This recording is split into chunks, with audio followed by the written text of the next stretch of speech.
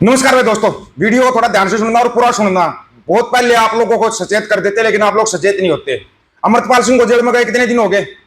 3 साल से ज्यादा का समय हो गया होगा ना। 3 साल से ज्यादा का समय होगा डिब्रूगढ़ जेल के अंदर। लेकिन उसने 3.5 साल पहले एक बात बोल ली थी, वो बात आज सच हो गई। सच हो गई अमृतपाल सिंह की बोली और बात है। अब वो बार बार न्यूज में उनकी क्लिप आ रही है, बार बार। जैसे ही विदेश मंत्रालय का बयान आया, अमृतपाल की क्लिप पे चलाई जा रही है नेशनल मीडिया के ऊपर। क्यों चलाई जा रही है, इसका रीजन बताएंगे। एक आपको बताया था कि ये लोग आपकी वोट काटेंगे। कल भी मेरे पास फोन आए थे, वो भाई अपना सुनता भी है। उनकी वाइफ का वोट काट दिया, उनका वोट बना दिया, उनकी मां का बना, उनकी वाइफ का वोट काट दिया, जबकि पहले वोट था ऑलरेडी उनका।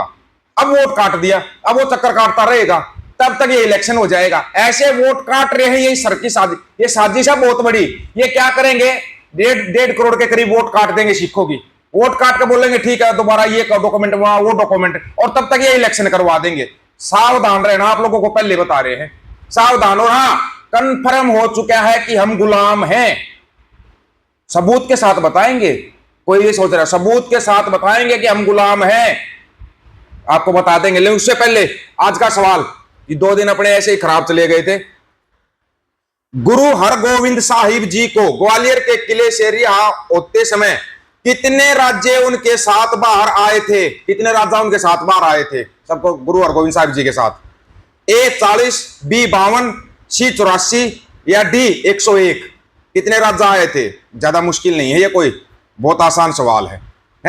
एक अपनी एयर इंडिया है भाई। अरे इस एयर इंडिया में जहाज में उड़ान मत भरा करो भाई। दिल्ली से अमृतसर एयर इंडिया का जहाज आ रहा था। जहाज था, फ्लाइट थी A 1479।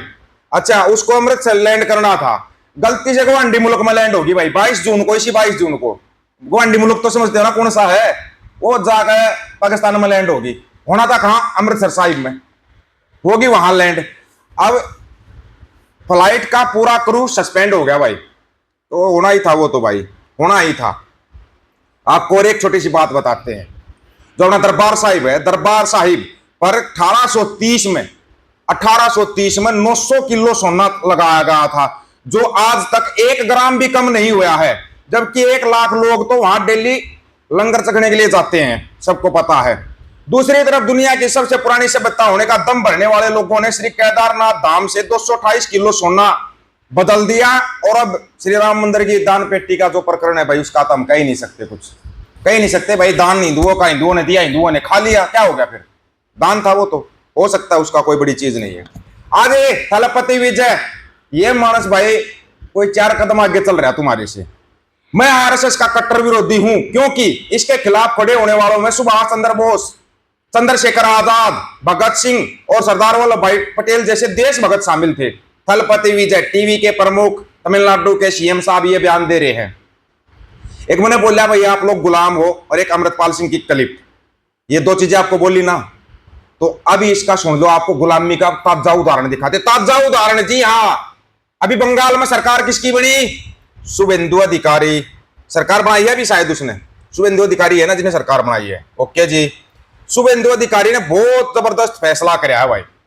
पुराने नाम बदली किए जा रहे हैं। पुराने नानक रामगुडा नामक रोड अब डोनाल्ड ट्रंप एवेन्यू के नाम से जानी जाएगी। डोनाल्ड ट्रंप एवेन्यू हैदराबाद में ट्रंप के नाम पर रखा गया सड़क का नाम। क्यों? अमेरिका के गुलाम हैं हम, अमेरिका के गुलाम हैं हम। इसका मतलब क्यों रखा है सड़क का नाम ट्रंप के नाम से? क्योंकि वो तुम्हारा नया बाप है, मालिक है तुम्हारा, मालिक है तुम्हारा, इसलिए रखा नाम। अब आते हैं अमृतपाल सिंह की क्लिप के ऊपर। अमृतपाल सिंह के ऊपर तुम ऑब्जेक्शन उठा देते थे। अब तुम इस ये जो होया है ताजा प्रकरण है कि भाई पासपोर्ट नागरिकता का आधार नहीं है, ये बात अमृतपाल सिंह बोलता था, वो खालिस्तानी हो जाता था, वो खालिस्तानी होता था, ये बात बोलता।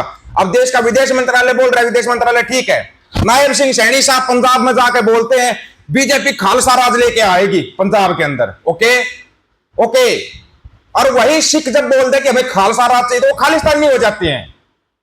वाह रे, तुम्हारा दो गला चेहरा। एक बार सुनना अमृतपाल की जिस बात पर ऑब्जेक्शन उठा था।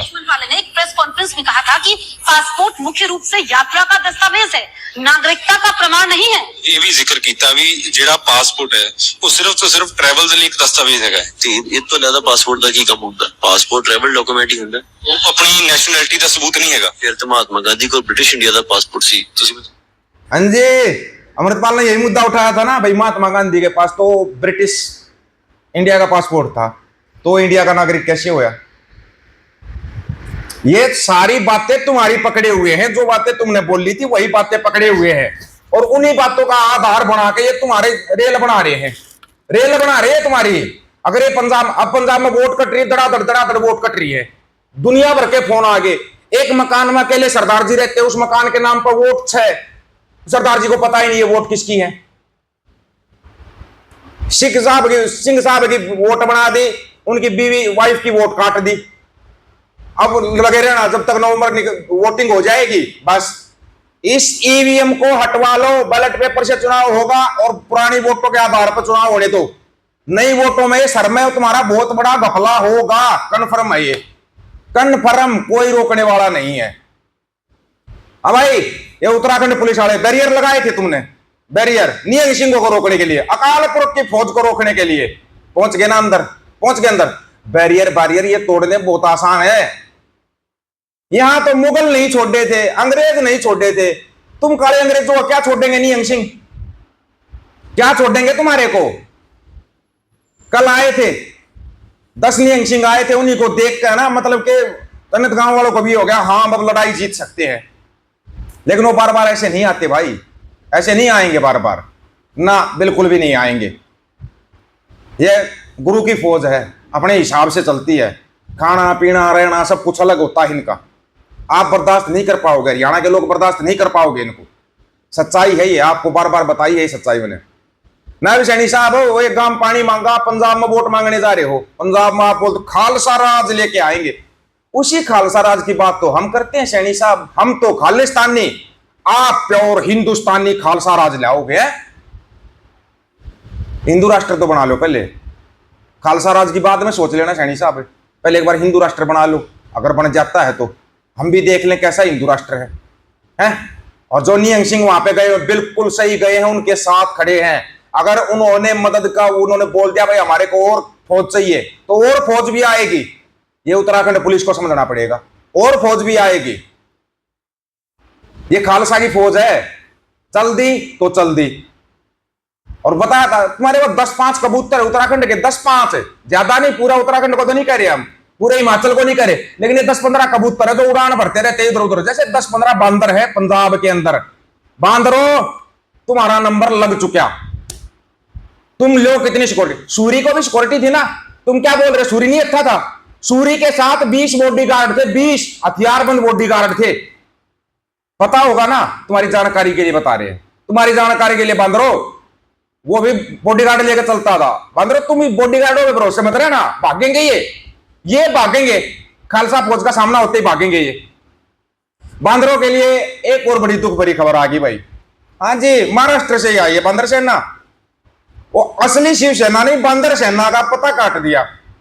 वो डिटेल में बताएंगे आपको, और क्या बोल के पता काटा वो भी बताएंगे। तुम ज्यादा जंप मत लिया करो, पंजाब के अंदर जंप हानिकारक हो जाते हैं और वो तुम्हारे को नुकसान देने वाले हैं। नुकसान, बहुत ज्यादा नुकसान होगा तुम्हारा, ठीक है ना।